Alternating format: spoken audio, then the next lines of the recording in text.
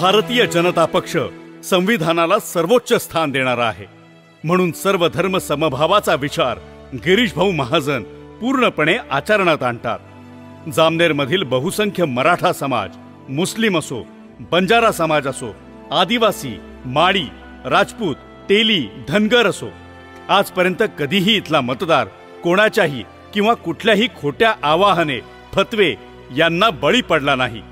सामाजिक समरसतेचं याहून मोठं उदाहरण संपूर्ण राज्यात कुठेही नाही।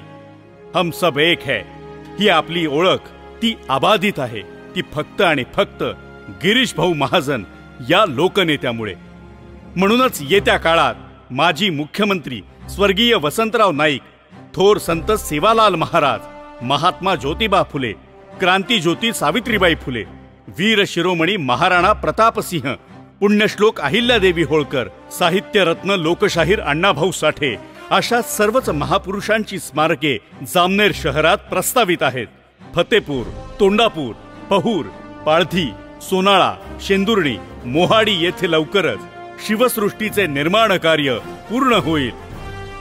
माननीय श्री नामदार गिरीश भाऊ महाजन यांनी हा पुतळा उभा राहण्यासाठी भरपूर मदत केली आहे। या मंडळाचे जे अध्यक्ष वगैरे जे कार्यकर्ते होते त्यांना त्यांनी कायदेशीर माहिती देऊन आम्हाला लोकांना प्रोत्साहित करून त्यांनी छत्रपती शिवाजी महाराजांसाठी भरघोस आर्थिक मदत करून हा पुतळा त्यांच्या मार्गदर्शनाखाली आम्हा लोकांनी उभा केला आहे। कार्य एक नंबर भाऊचे, जागोजागी महाराजांचे पुतळे, बाबासाहेबांचे, ह्या विकास म्हणजे विकास जिल्ह्यात काय पुऱ्या महाराष्ट्रात सापडणार असा विकास करलाय भाऊने। सर्वात पहिले म्हटले तर आमदार गिरीश महाजन यांनी बहुतेक गावामध्ये शिवाजींच्या पुतळ्याचे उद्घाटन केले, काम चालू आहेत।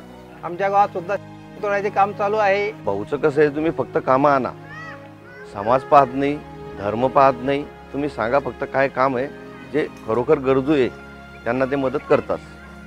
गावातला कोणीही जाओ, त्यांना काही घेणं देणं नाही, फक्त काम। गिरीश भाऊंचा असं तो कुठल्याही पक्षाचा असो, कुठल्याही जाती धर्माचा असो, भाऊंचा तसं असं कधीच नाही।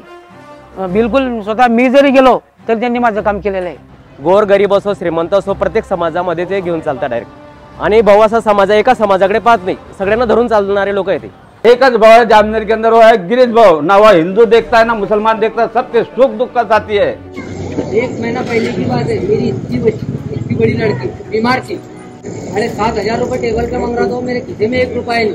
वहाँ से सामने आने लगाया और उसका कार्यकर्ता, एक साधारण कार्यकर्ता वहाँ आया गैर मुस्लिम का, और उसने पैसे देके गया और मेरा काम हुआ मेरी लड़की का। अब ये ऐसे काम हमारे अगर कोई करता है तो ये दूसरा कोई बाहर का हमारे काम करेगा क्या? अक्षोपति खरबोपति लोग खड़े उसके सामने, लेकिन जीत नहीं पाए। क्यों नहीं जीतेंगे? उसको दुआ है गरीबों की, उस बेगुनाह बच्चों की, वो मासूम लड़कियों की, वो अपाहिज बच्चों की जो उठाकर दवाखाने में लेकर जाता है। आज के दौर में कोई एमएलए, कोई आमदार, कोई मिनिस्टर ऐसा नहीं मिलेगा कि रास्ते में अगर एक्सीडेंट हुआ, चाहे वो किसी भी समाज का हो, वो अपनी गोद में उठा के दवाखाने में पहुंचाता, दवाखाने में खड़े रहता, उसका इलाज कराता, उसके बाद वो वापस जाता है। बहुत सुख में दुख में सब में हमारे साथ में रहते हैं। वो मुसलमान और हिंदुओं को साथ में लेकर चलने वाला नेता है। वो मफाद परस्त नहीं है, वो सबको साथ लेके चलने वाला नेता है। हम एहसान मानने वाले लोग हैं। अगर उसने हमारा कोई भी काम किया है, जबकि बहुत काम है, पर्सनल काम ही है, किसको बीमार पड़ा हॉस्पिटल में लेके जाना, अगर तुमने किसी के जरिए हॉस्पिटल में भेजे, चाहे वो खलील के जरिए भेजो, अनिल भाई के जरिए भेजो, नाजिम पार्टी के जरिए भेजो, उसके पीछे कौन है? गिरीश भाऊ है। ये कोई मंत्री की औलाद नहीं। हम लोग जब हमने कह दिया चलो हमारा काम कर दो तो हो जाएगा, लेकिन अधिकारी सब जानते हैं, हॉस्पिटल के डॉक्टर्स लोग जानते हैं कि गिरीश भाऊ के लोग हैं, इसलिए हमारे काम होते हैं। येत्या विधानसभा निवडणुकीत हाच जामनेरचा सामाजिक समरसतेचा विचार संपूर्ण राज्याला दाखवायचा आहे। म्हणूनच बुधवार दिनांक 20 नोव्हेंबर या दिवशी गिरीश भाऊ महाजन यांना भरघोस मताधिक्याने पुन्हा एकदा निवडून द्यायचे आहे। मतदान वेळ सकाळी 7 ते सायंकाळी 6 वाजेपर्यंत।